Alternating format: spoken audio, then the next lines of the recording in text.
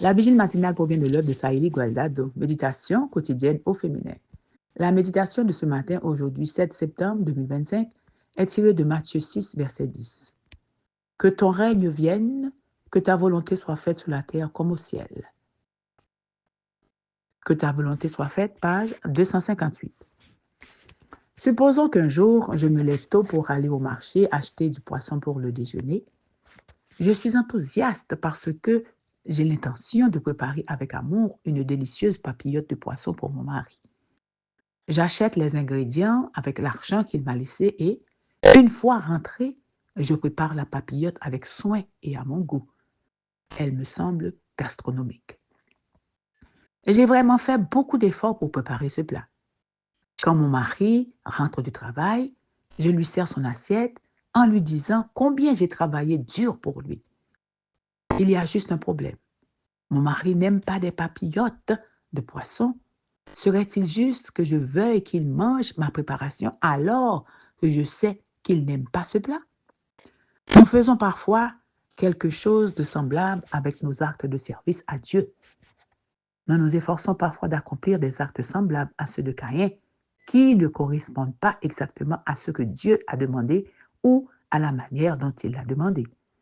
L'expression « que ta volonté soit faite sur la terre » signifie que ces créatures doivent se conformer aux spécifications laissées par le Créateur et accomplir le service comme il est réalisé au ciel. Et qui sont ceux qui feront sa volonté sur la terre? Il est clair que c'est nous, les humains, qui nous appelons les enfants de Dieu. Le Seigneur fournit les ressources nécessaires à notre substance, tout comme mon mari l'a fait dans le poisson imaginaire que j'ai préparé et, par conséquent, nous ne devrions pas dépenser nos forces à faire notre propre volonté. Il ne serait pas juste que nous voulions que Dieu accepte notre offrande et notre service simplement parce que nous nous efforçons de les faire ou de les donner.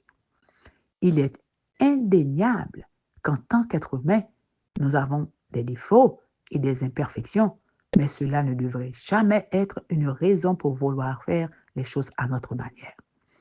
La remise en cause de la volonté de Dieu dans le ciel est à l'origine du malheur dans lequel la terre est plongée. En tant que fille de Dieu, il est de notre devoir de répondre à son amour en faisant sa volonté, tout comme les anges le servent au ciel. Demandons instamment à Dieu de nous faire entendre sa voix afin de connaître sa volonté. La bonne nouvelle est qu'il est prêt à nous parler. Amen, amen, amen. Heureuse de faire sa volonté. Que Dieu vous bénisse. Bonne journée.